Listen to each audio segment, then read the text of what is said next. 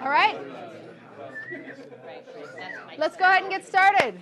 First of all, thank you all for coming. This is tremendous attendance. My name's Samantha Salvia, and I'm going to be facilitating what I hope is going to be a really lively discussion today. Before I introduce you to the panel that we put together to talk about Girls Ultimate, I would like for us to meet all of you and get a better sense of who's in the room. So everybody put your hand up. I was going to have everybody stand up, but you're packed in really tight. If you have been coaching for 0 to 5 years, put your hand down. Thank you. Those are new coaches. Thank you very much. If you've been coaching 5 to 10 years, your hands go down. More than... I don't think we understood your instruction. Okay, let's try it again. Let's try it again. I was going to everybody stand and sit, but we're too tight. Everybody's hands up. If you've been coaching 0 to 5 years, you can put your hand down. Everybody else keep their hands up. 5 to 10. 10 to 15.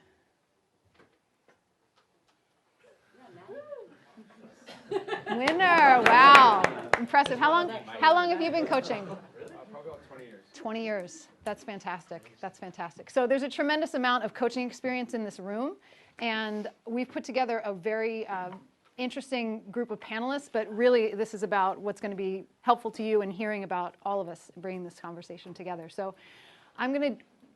I could spend all day introducing these folks, and I'm really excited for you all to meet each other because I know each of you through different ways. I'm just going to highlight a couple things on each person's resume just so you get a sense of who's here. So many of you probably know Matty Sang, and you might know that he's been coaching Fury for 8 years with 7 national titles and 2 world championships, which is not why I invited you to this panel. The reason that I invited you to the panel is that he's also, since 2008, I think, been coaching Willard Middle School and also won some championships with the middle school kids. Next, we have Stefani Leto, who is a parent of 4 Ultimate players and a blogger. And then we have Suzanne Sillett, who works for Coaching Corps and has more than 20 years of experience in youth and sports development. And one of the things I'm really interested to hear more about from you, Suzanne, is that your graduate work involved studying the effects of soccer on urban girls of color. Is that correct? I'm very interested in what we can learn from other sports. And then Tina Sire is the Chief Impact Officer for the Positive Coaching Alliance, which is a tremendous nonprofit that started as an idea out of the Stanford Athletic Department and is now nationwide, impacts 1 million kids every year, with a mission to transform the culture of youth sports. So there's a tremendous synergy between the work PCA does and Spirit of the Game and Ultimate Frisbee.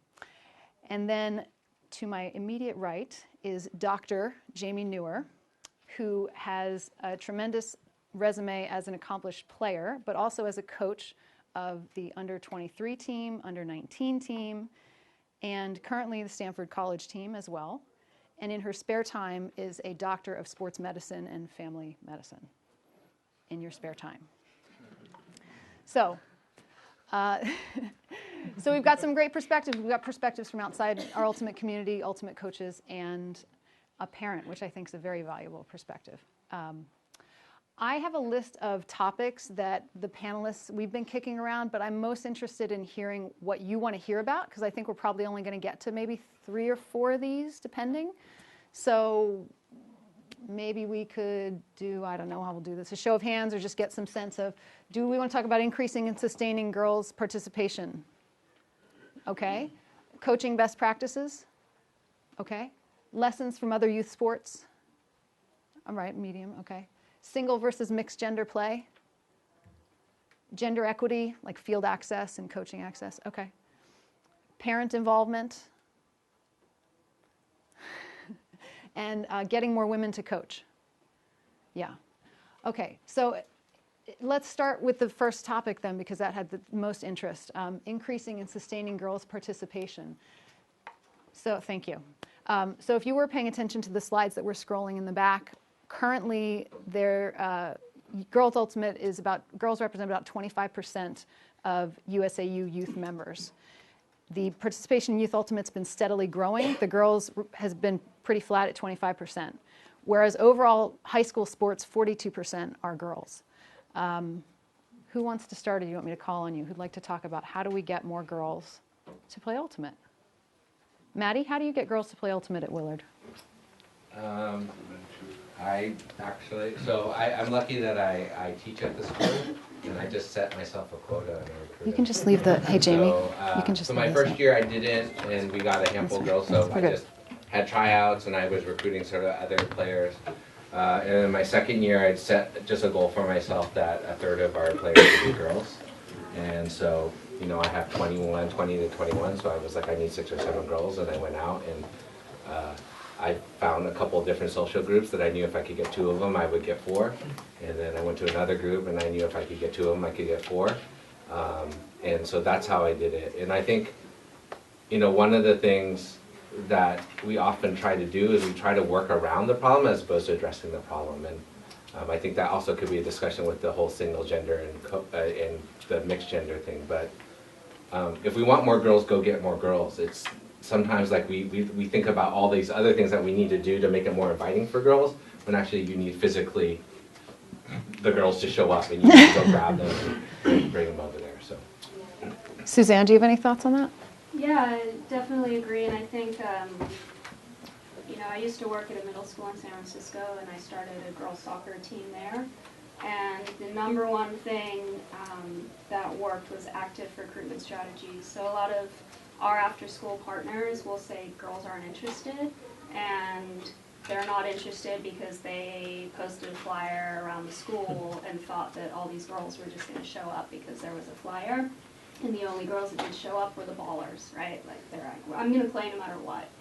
But it's about getting all those other girls that are maybe they haven't played before, or they're not sure about it.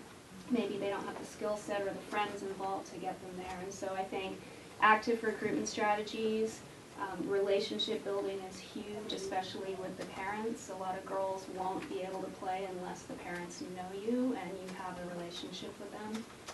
But not just relying on that flyer or that ad, and really getting out into the community, into the school, wherever you are, so that you can make those connections. I'd like to add a bit on what Matt said about setting a quota. And I think if you were looking really closely at the slides that went by, one of them is about the impact of Title IX on this country, which, you know, was implemented in 1972. And at that point, only 4% of college athletes were women, 4% in 1972. And now it's 43%. So the impact of a mandate. So a quota or a goal is good. And then sort of there's a difference between a goal and a mandate. And is there something, I mean, how many of you in the room sit in a position of leadership? You lead your own club or league, a couple of you. And do you guys have specific goals or even mandates of like an increased percentage of girls you'd like participating every year? Most of you? Yeah. So I think when you're thinking about a mandate, and with Positive Coaching Alliance, you can imagine when we work with clubs and schools, a lot of coaches think they don't need it, and they would never come to our training unless it's mandated by the school. So they're basically told, if you want to coach at this school or in this club, you have to come to this training. So we end up with a lot of people who are sort of dragging their feet into our training, but they come because there's a mandate. So I would say, like, if you're in a position of leadership, put a goal in place that's almost a mandate that this is our goal. Every year we're going to increase female participation by 3% or 5% or whatever it is. And then the last thing I'll say, and then I'll be quiet, is then you have a choice of how do you reinforce the mandate. Do you do it with a carrot or a stick? Title IX, it was a stick. If you don't do this, you lose government funding. PCA, it's a little bit of a stick. If you don't do this, you don't coach. But could you do it with a carrot? If you increase by this percent, you're going to get equipment. You know, you're going to get a grant from USA Ultimate. You know, what is the carrot versus the stick? But I think without a goal and a quota and a mandate, often change won't happen. Stephanie, as a parent, what are the biggest points for you? All entered the world of Ultimate right, well, except for the very last one, in middle school. And my oldest daughter, who is the beast player of the family, when she was little, she wasn't very good. She was a dorky 12-year-old who could barely throw, barely catch, and she ran kind of like a goose. This is being videotaped.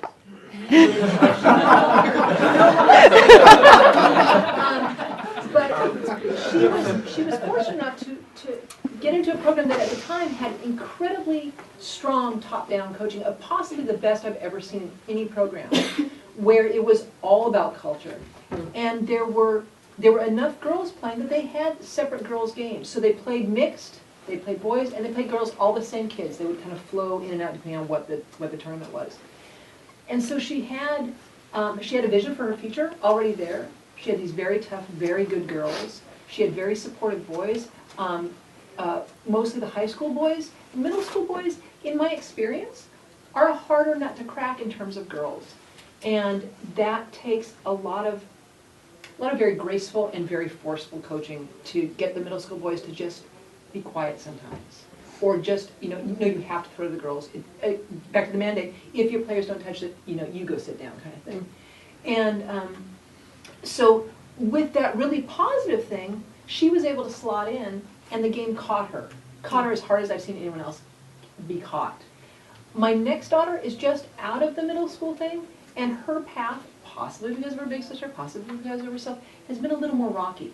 And she has just now stepped out of the middle school stuff, and so she's playing with high school boys. But for her, it's all about relationships on the field.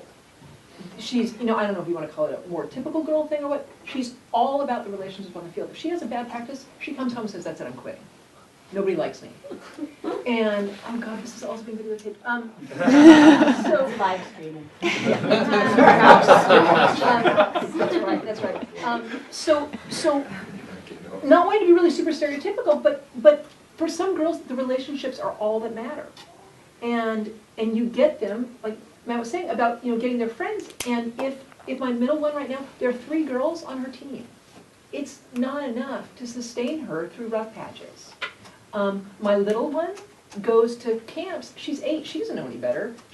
Everybody loves her. So hopefully by the time she gets into middle school, high school, the local options will be more robust for her. But relationships with coaches and relationships with players.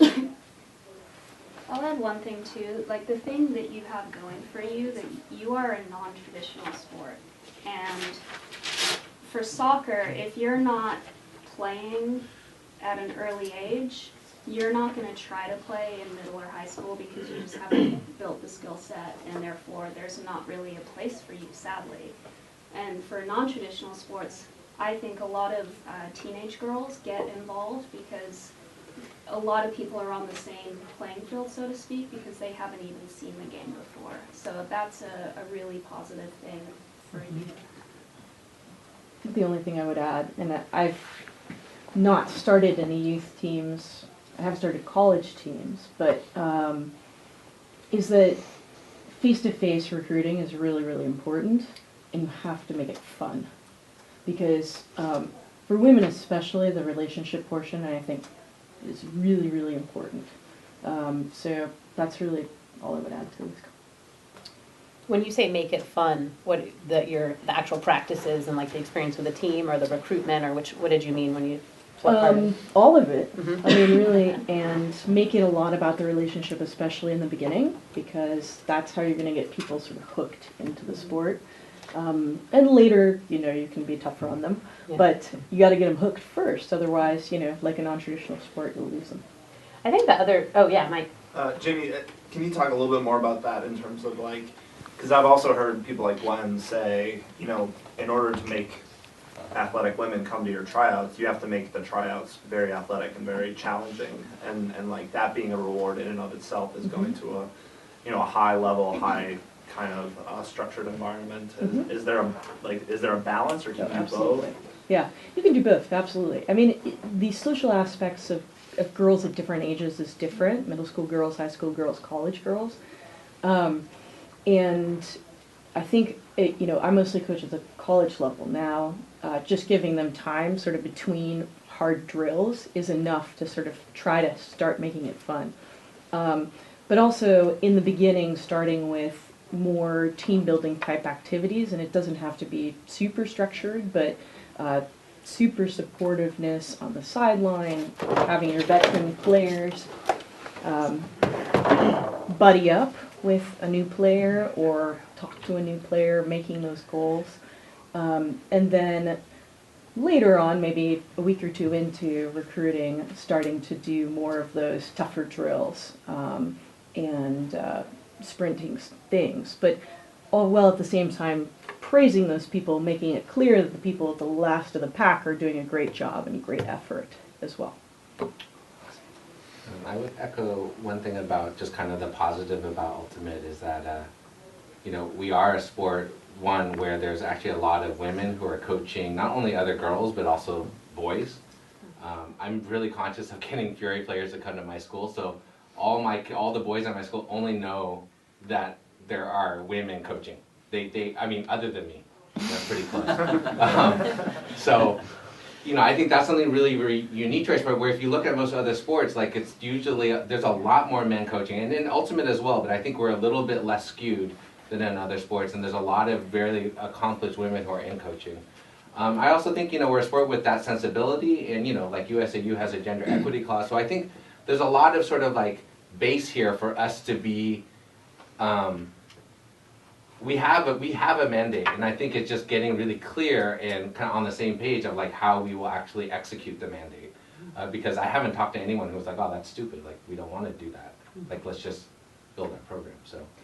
One other thing is the importance of the role models, and I know that, you know, you've got a lot of women playing college, you know, at College Ultimate, and the idea of bringing one of them, like a Cal player, into your middle school or your high school and saying, like, over lunch, there's going to be a player from Cal who's here to talk to you about the sport, and at that point, all those girls who were there see that person and think, that could be me.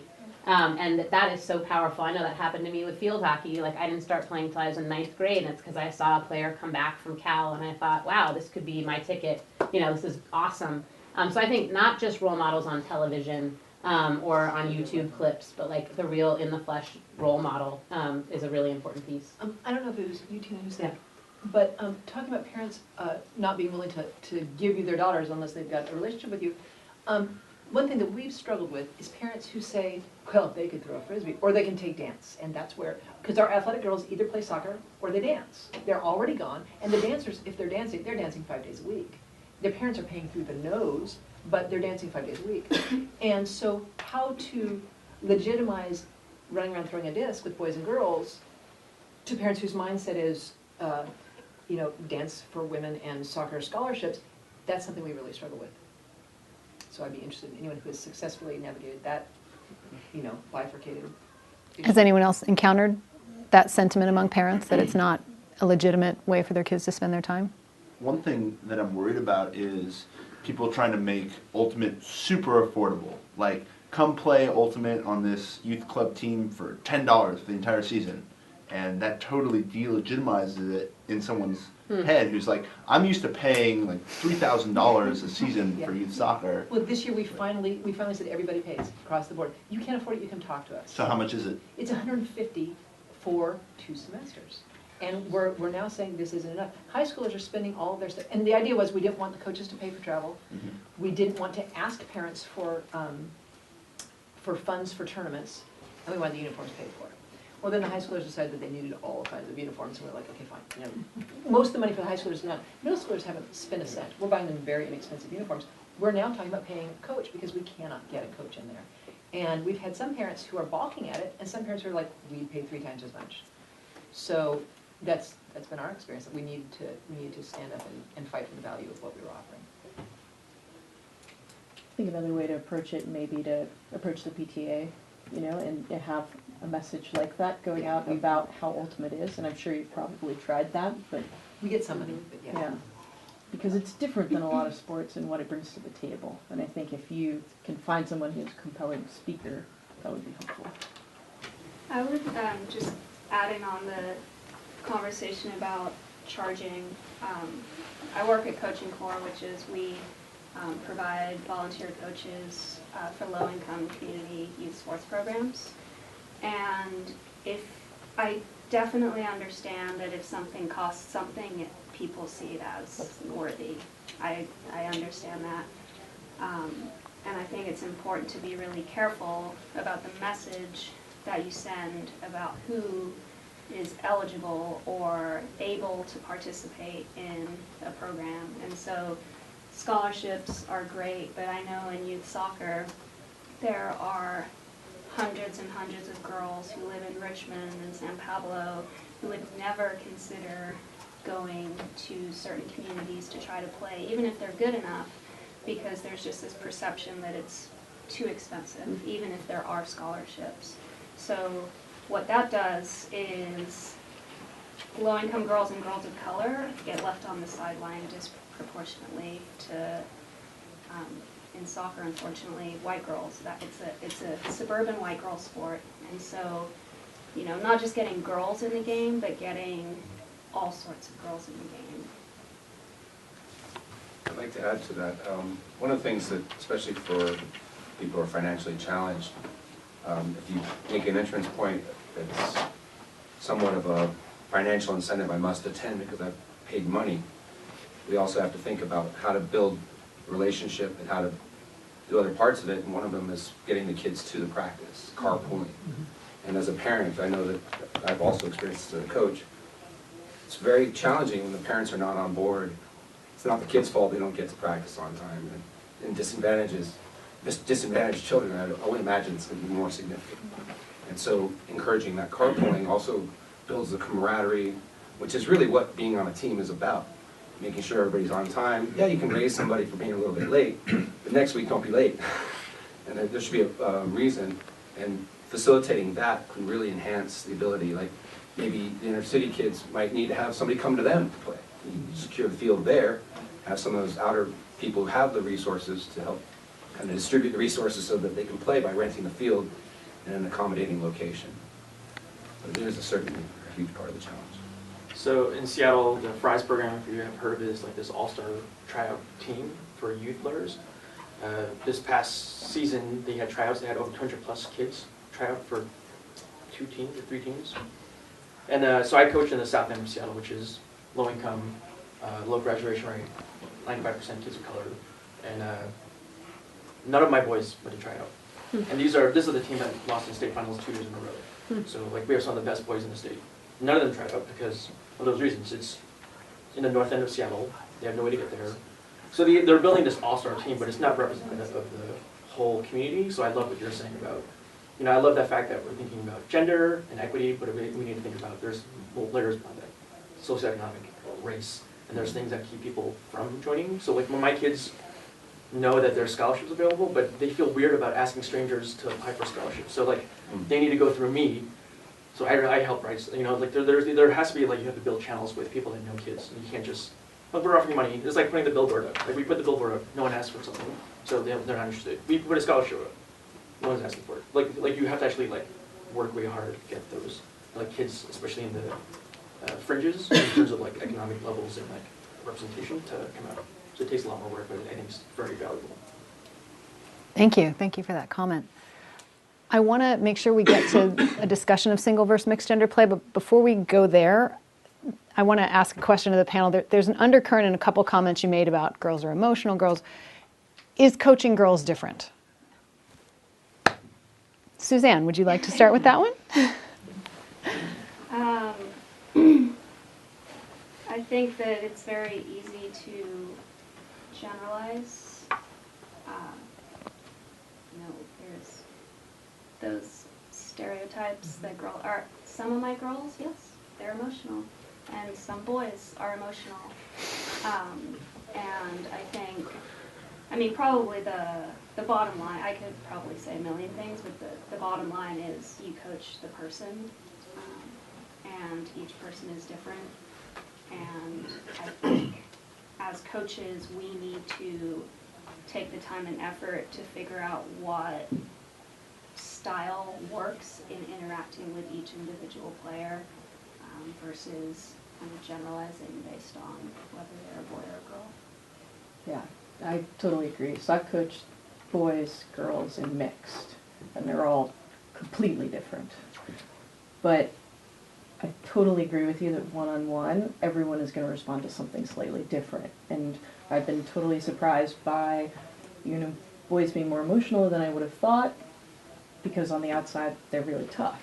Or girls, like, seeming very, like, you know, flippant, and then being, like, very responsive to, like, pretty hard criticism and stuff like that. So you can go either way, but I also feel like, in a general sense, when you're working with the entire team, Ultimate has a culture of positivity and togetherness and growth, and that works for everyone. Some people are going to need to have that told to them in a hard way, and some people are going to need to have a hug. But either way, those are the general sort of, both, that is the big message that I think sort of is pervasive amongst all of those levels that I've coached at. Maddie, you want Um, so, my experience is that if you look at a boys team and a girls team, like, there's a range and there's a stereotypical thing that you say, hey, that's a boy trait and that's a girl trait. And I think that same range exists on single gender teams with both men and women, boys and girls. And that if you want to be a good coach, you have to be able to coach the spectrum. And so, I think I think we talk about emotions. I think one of the things I've noticed with women is that, and again, this is a serious generalization, but they are not emotional. They're more concerned. They're more aware, and perhaps it's socialization, or maybe it's wiring of relationships. And so their actions by themselves, they're a little bit more conscious. Like, if I do this, this may happen. Where with Jeff over there, he might do it, and then he's just like, cool, I just did it on the field. It's not going to affect anything. We're going to go off, and it's going to be fine. So I think that's maybe one of the stereotypes that you might notice a little bit, but my experience has the same range. It happens on the single gender team. And then finally, like, as aware of it as I am of that, like, I sometimes fall into those stereotypes. And it was funny, this summer I was coaching the World Games team, and we have the top 6 men in the world, 7 men in the world, or in the country.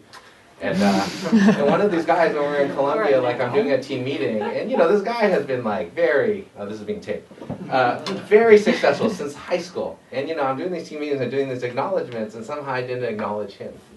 And he comes up to me afterwards, and he's just like very serious, like, what can I do tomorrow in the game? And I'm like, dude, you're playing great. But no, just give it to me straight. And I realized, where I'm so conscious always with the women that I coach, and I was just like, oh, you're such a girl. But, that was my sort of thing. But it was like, because I had fallen into that whole like stereotype of like, oh, it doesn't matter, I can say whatever and they're going to take it. And again, like, I think we have to be really conscious that those qualities, they're just qualities of different people. And that's aside from gender. But I think there's a balance of understanding that there are a lot of things that happen societally with gender, as well as class and race, and so it's on both of those sides. So. That was a great example. I'm gonna call on your husband. Anyone else have a comment? Anyone? You in the back. So just one more thing on the participation side. You guys have talked a lot at kind of the interpersonal level or the team level or the your organization level in terms of how to increase and sustain participation. In some ways, speaking on behalf of USA Ultimate, at more of a systemic level, a metropolitan area, state, country level. 3 of you know Ultimate well. Tina, you learned a lot this morning. Suzanne, I don't know how much you know about Ultimate, but what do you guys see missing from Ultimate structurally in terms of organizations, processes, buy-in, that is going to really, at a national level, increase and sustain girls' participation? Like what, and I'm speaking on behalf of USA Ultimate, what can we do that you guys need to increase this from tens of thousands or hundreds of thousands to millions? I had the opportunity to go over to Scotland and talk to their football coaches, aka soccer coaches.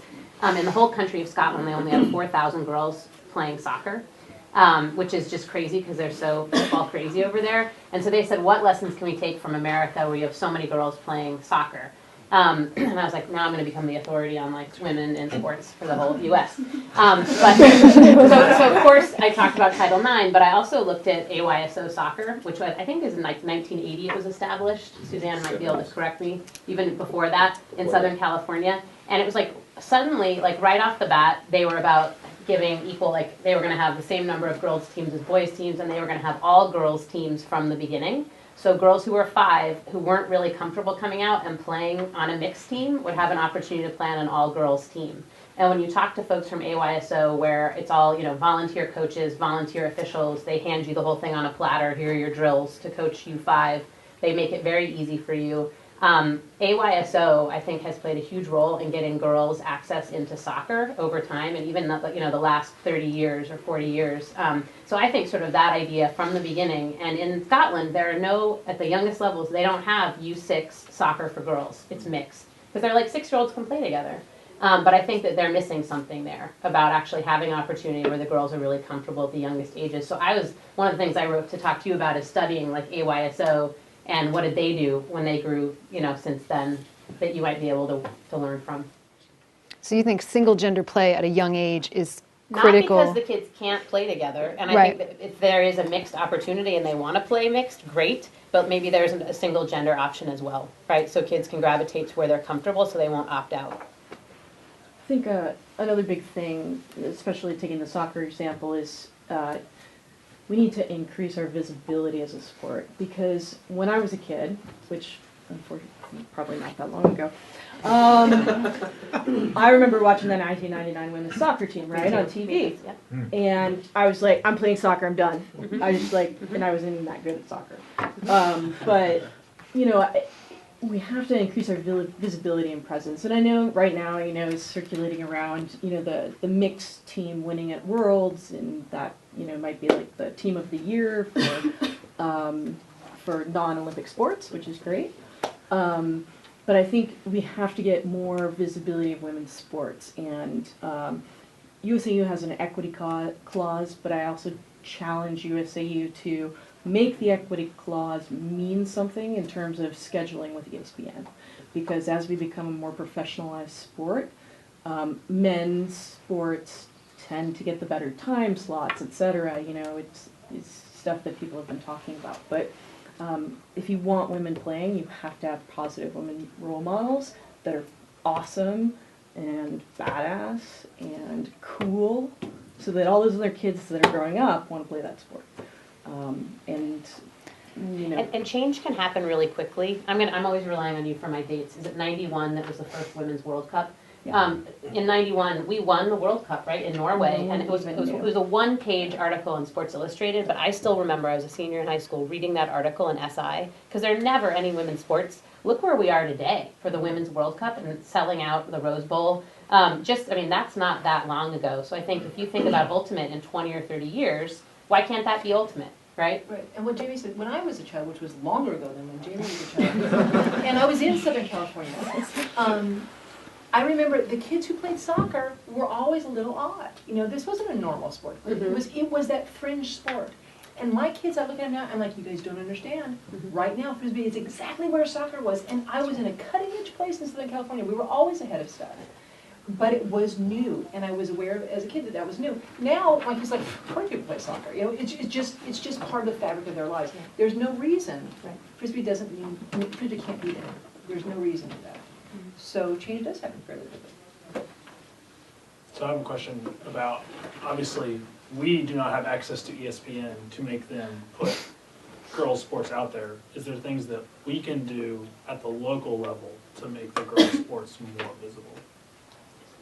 Yeah, you can make sure that their fields are scheduled well. You can make sure that the final game of the tournament is the women's game instead of the men's game. I'm not on your panel, but I'm a parent.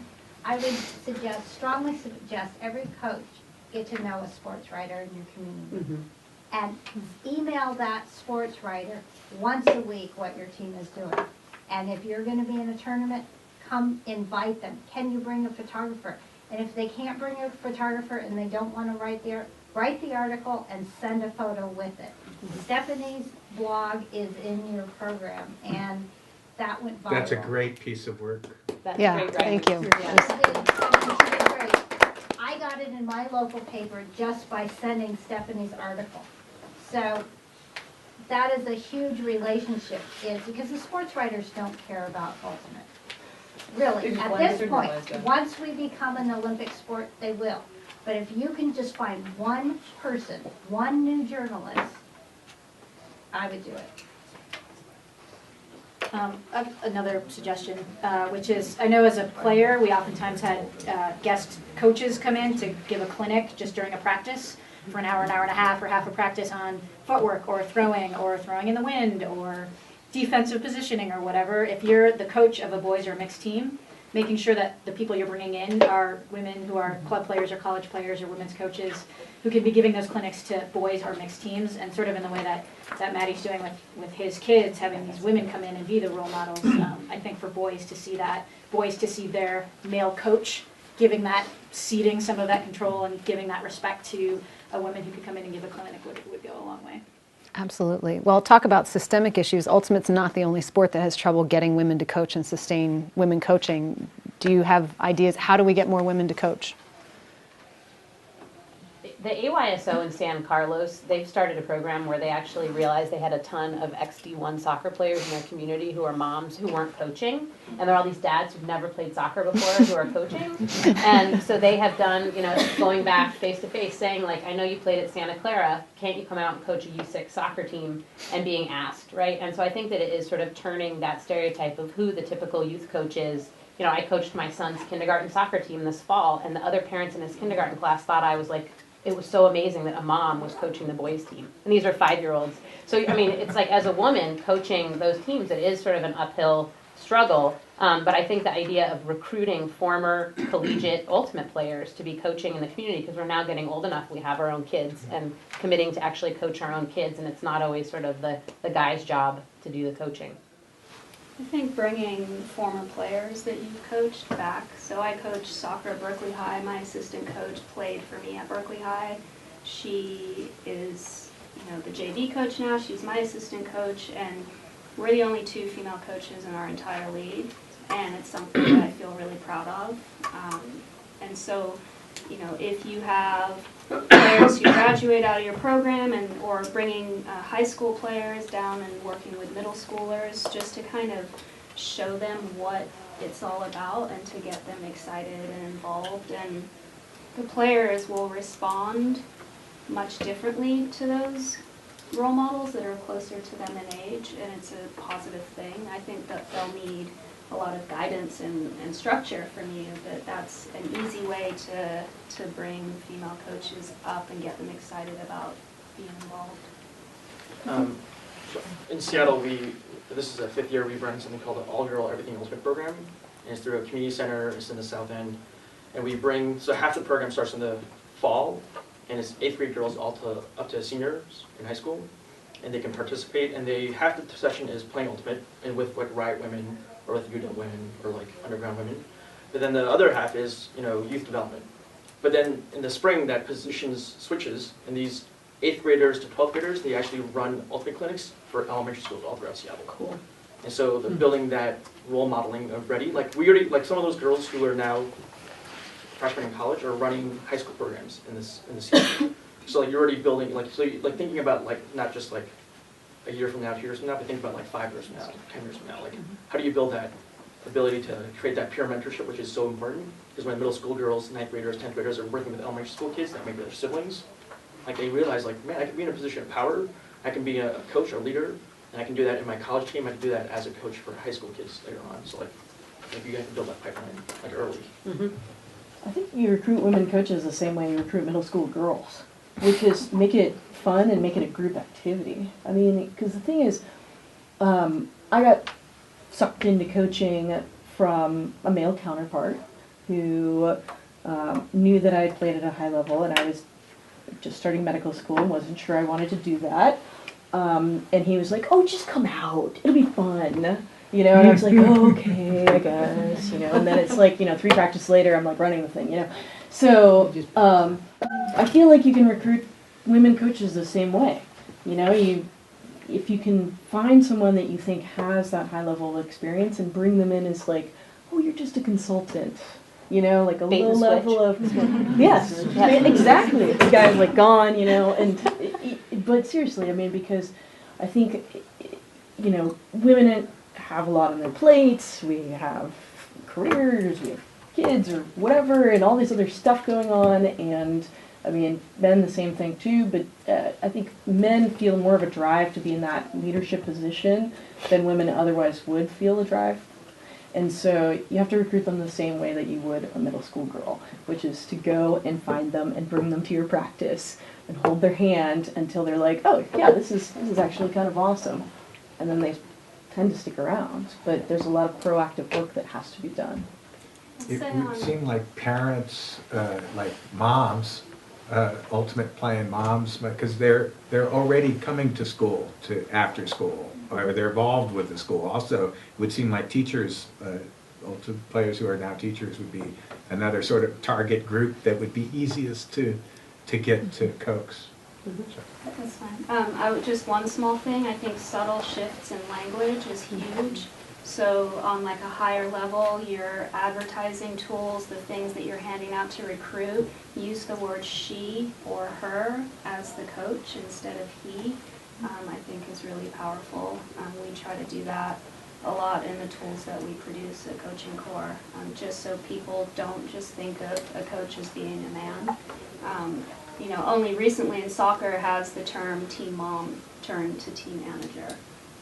And so those little changes, I think, send the right message for you as a body and an organization, and could convince just one woman that she actually sees herself in that role as being a coach. Sam, can I ask you a question? Yes. I have ulterior motive too. Are you going to ask me why I'm not coaching? Yes, Sam. Why aren't you coaching, Sam? This desk is getting hot. Getting it on camera. You know, oftentimes I've heard that one of the barriers to, you know, women coaching with families is that they're the caregiver and sort of these sort of traditional roles. So I'm wondering if you feel like that's a legitimate barrier to getting, you know, women such as you who've had a great career and we would love to have you coaching. Like, what do you think? Like, what is that? And then Mike can respond to that. Wow, and this is on tape. We'll defend you. That's great. I do feel like that is a big barrier for me right now. I have a 2-year-old and a 5-year-old, and I look at the time commitment for what I know if I got sucked in, how much time I would want to put into coaching, and I just don't feel like right now I can do that at the level I would want to do it. So for me, the family commitment is a barrier, and I also think as a, you know, why did I not stop? Why wouldn't I have coached sooner? Like as a woman, I mean, I was able to compete competitively well into my late 30s, so. If I'm going to put that much time in, I wanted to play instead of coach. So now I'm at a point where I'm not playing anymore and I've got the young kids. I think maybe I'm going to get over the hump in a few years and come back to it. Or maybe I'll start coaching, I'll learn how to play soccer and start coaching my son's soccer teams or whatever. But yeah, for me, that's a real barrier. And I do feel this pressure that I should be coaching, but I don't feel like I can right now. Are you going to now ask Mike why he's not taking care of the kids? Okay. So I have 2 comments to that. I think that's also a male problem because I wish I was coaching right now, but I have 2 little ones, and so both my wife and I work, and so yeah. So and not to take away from that, I think that you know, like just children are a huge deal. Yeah. But I understand that if society is skewed in one way, then that can be a huge barrier to women participating for sure. And then the other one escaped my mind. So we can come back to you. So I will say something, partially in defense. I agree with you, Mike. Like if I'm married to Sam, if I were to coach after we had kids, I would have said no. And that was the first time I had coached. I think the reason, for example, that I feel able to coach, obviously with Sam's support, is because I spent a lot of time coaching Stanford before I had kids. Right. Plus, I played on Revolver, so I knew most of the guys, and this is all a way of saying that I think it's really important for us to get women coaching, if possible, before they have kids, right? Because then you know the drill. Like coaching Revolver right now is very easy for me, right? Because I know what I want to do in practices. I know the players. I can do it very efficiently, and so getting girls and women to do that before, if we can, before they have families, they'll be in the group and they'll be able to do it more efficiently. Well, I think, so my co-coach at Stanford had a kid last year and then was pregnant the year before that. And so what we did basically is just add another coach on. I mean, because we knew that she was going to have morning sickness for 3 months and then, you know, be very, very pregnant for another 3 months later on. And we just needed extra help and extra time. And now she's still coaching, but only on weekends. And we sort of make that work with the staff that we have. And we're lucky because we have enough, ex-players that we could ask someone who's high quality. But I think that, I know several women coaches who coach with kids, and it's hard initially, and you really have to rely on your other team support members. Like, there'd be some practices where she'd bring her child, and I would be like, okay, I'm gonna hang out with the kid now while you go and you teach defense. Just so that you have sort of some childcare support at practice. And I know, Amy Little was coaching up at Sonoma last year, and she would just bring her kid to all the practices, and her kid is old enough now, 4 or 5. So it just depends on what you have in terms of staffing, but it certainly can work. But I think, Mike, I think your point is a good point. It's hard once you have kids in the picture and a career and everything. Well, and to Mike's point, I don't think we're talking about Robin Knoller, who's a very successful coach at Stanford. I don't think she would have started coaching after she had kids. No. But because she's been coaching for 10 years now, how long has she been? Like she coached me. Right. Like So what, 14. 2 years ago? When did she start? Yeah. Yeah. So, I mean, yeah, so I think that's a really valid point. We got to get coaches started sooner, just like we need to get kids started sooner so they'll keep playing. It's the same. I think I saw a couple hands back there. Oh, and we will come back to you. We're in a unique spot as a sport where we have a ton of people who are coaching age still playing very competitively and continuing to play very competitively into their late 40s and 50s, early 50s. And so that is a unique challenge that Ultimate has, is keeping that player spirit alive, whereas we don't have the same coaching. I was going to address the same point. I actually asked a question to USA Ultimate people, but I want to touch on something else. One of the things I've seen that can be done and enhance the experience much faster is, in fact, getting players who are playing to get involved in coaching as a player. If you do that, teaching somebody, in fact, old school players, I believe, I recognize him from my college playing days. Older school players might recognize back in the day when there weren't even established coaching ideas for Ultimate. And it was actually older players grabbing people to come join us. I got a friend who I like drinking beer with. Hey, before we drink beer, let's throw a Frisbee around. And if he was athletic, or she was athletic, she would come and join me. And then Ultimate really grew out of that kind of mentality. And I think that coaching, you can actually enhance your coaching, your playing ability while you're playing to coach. By just teaching something, you actually learn a lot. And you also learn about dealing with multiple personalities and how to manage each type of personality, emotional or hardcore out exterior, soft interior. And I think people we're much more savvy as a society now to recognize that there are in fact large spectrums. But it goes back to the players really deciding this is a mandate that we want to do. And USA Ultimate, how can you guys potentially be the carrot rather than the stick and encourage people to get out there? That is, in fact, the challenge. And I think everybody in the room obviously recognizes that coaching is a very vital part of the growth of Ultimate for the next stage. And it's until we demonstrate all the things that are really critical to our game, like your own calls, like spirit of the game, like being a part of a team, that's going to also enhance people that don't necessarily want to play sport to come play sport and play our sport, because it is, in fact, a unique sport. And I like the parallel to soccer because we have to look at what's out there as a role model for our sport. And soccer is a wonderful example.